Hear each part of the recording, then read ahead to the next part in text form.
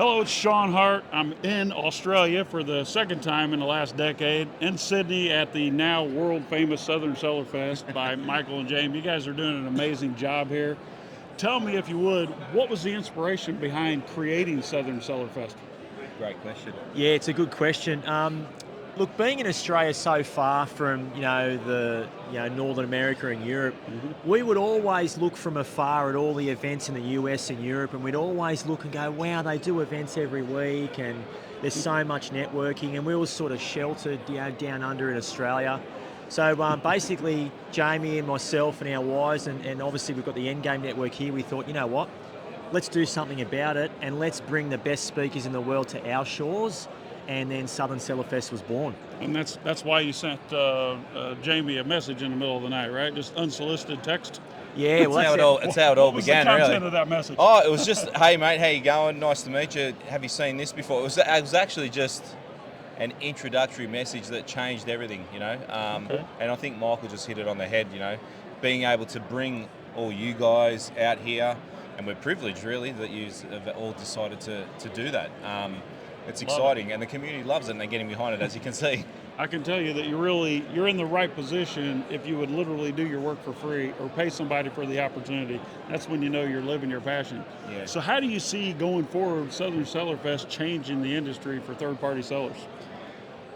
Yeah, look, I suppose, we've seen at the VIP night last night and the introduction of AI, so many things are changing with Amazon. There's potential that keyword ranking may change through AI. So it's a fluid industry. So the more opportunities we get to connect with sellers who are at the forefront of, I suppose, selling on Amazon and learning those key strategies, I think that can benefit the third-party sellers the most because, if people are trailblazing and they're learning things and can share, there's an old saying, the rising tide lifts all boats. All boats, and I'm a boater. And there you go. You know about the tides. Exactly, I really but do. yeah, so that's sort of where we're thinking in terms of, this sort of stuff, those little conversations that you can have with the 3 or 4 people and you learn that one little gold nugget is absolutely very, very Networking important. is second to Huge. none. Speaking of tides, where I live and boat every day, we get like a 3-foot tide twice a day.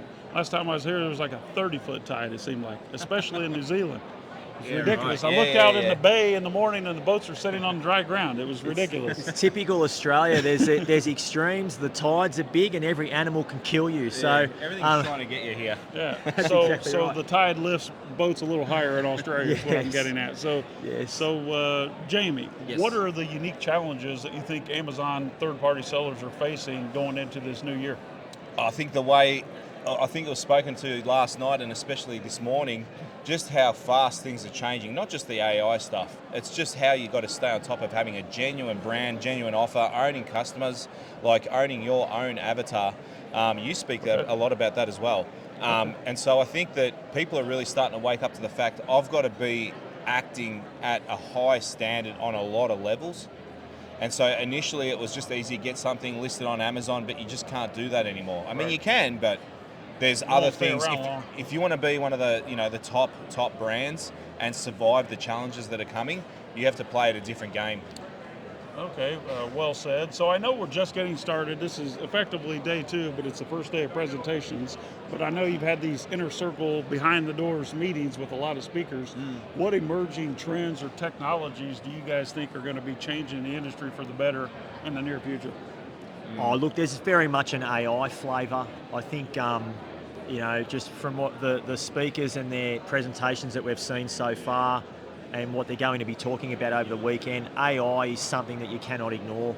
And whether that is, image generation, listing improvement, improving copy, designing a product, there's so many different aspects of AI that people can't ignore. So it's a real interesting sort of area to explore, I think, with AI and obviously e-commerce. Anything to add there, Jamie? I really liked what Tomer said last night, that there's a lot of different emerging trends like you've touched on, but I still think at the end of the day, product, if you've got a Product is king. product is king. You can have an amazing ride and get the ranking and everything happening for you, but if the offer, the product, the problem that you solve is genuine enough that people will buy it, it doesn't matter, what's happening or what's trending. Your product's going to beat it. You're going to win. So you guys are obviously pioneers in this space in Australia, especially for live events. So what are some of the unique challenges that you faced when putting the Southern Seller Fest together, and what makes it different besides the fact that you're you're literally in your own continent in the middle of what we would call nowhere, but what makes it different? Why should folks who are listening to this or watching this right now come next year?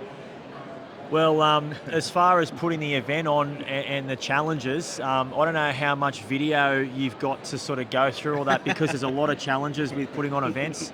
I have 1 terabyte here, so let's go. Yeah, so it's obviously, look, it's a tremendous challenge, but we always sort of looked at it from the perspective of the delegates. So the people behind us is what drove us to create an event where they get all this information.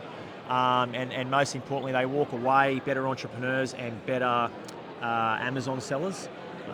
Yeah, so that was sort of, it's been a massive challenge, but one that we've wanted to take on, with wholeheartedly.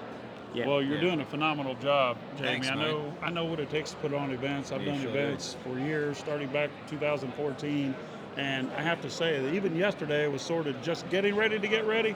I was completely blown away by just the quality of the attendees that were here and the conversations that we were having. So kudos to you guys. What are you doing different next year, if anything, and do you have any dates picked out? Yeah, no dates picked out as yet, and we've got a couple of ideas. One thing about Jamie and myself, and obviously our wives, we always look to innovate. We don't want to get stale. We look at trying to, improve the way we can deliver this sort of content. So we've got a couple of ideas.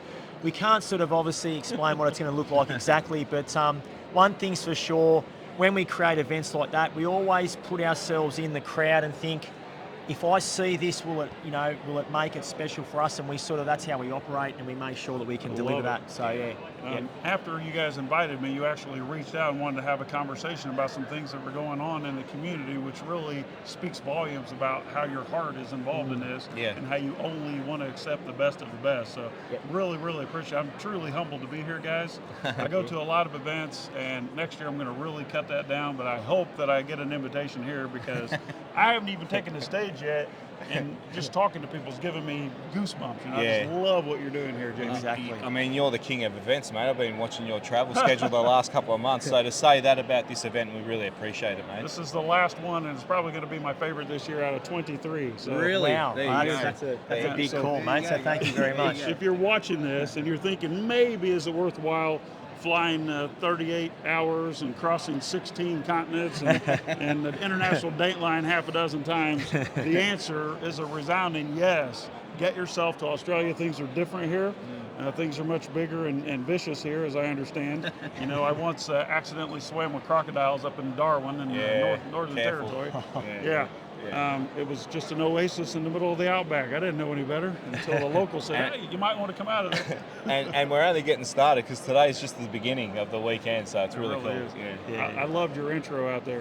It was, thank you. Second to none. So you guys are doing a fantastic job. Thanks, Thank Shawn. you so We much. appreciate you coming out too. Thanks so much, the team mate. walking up here. Take No care, worries. guys. Thanks so much. Take care. Thank you.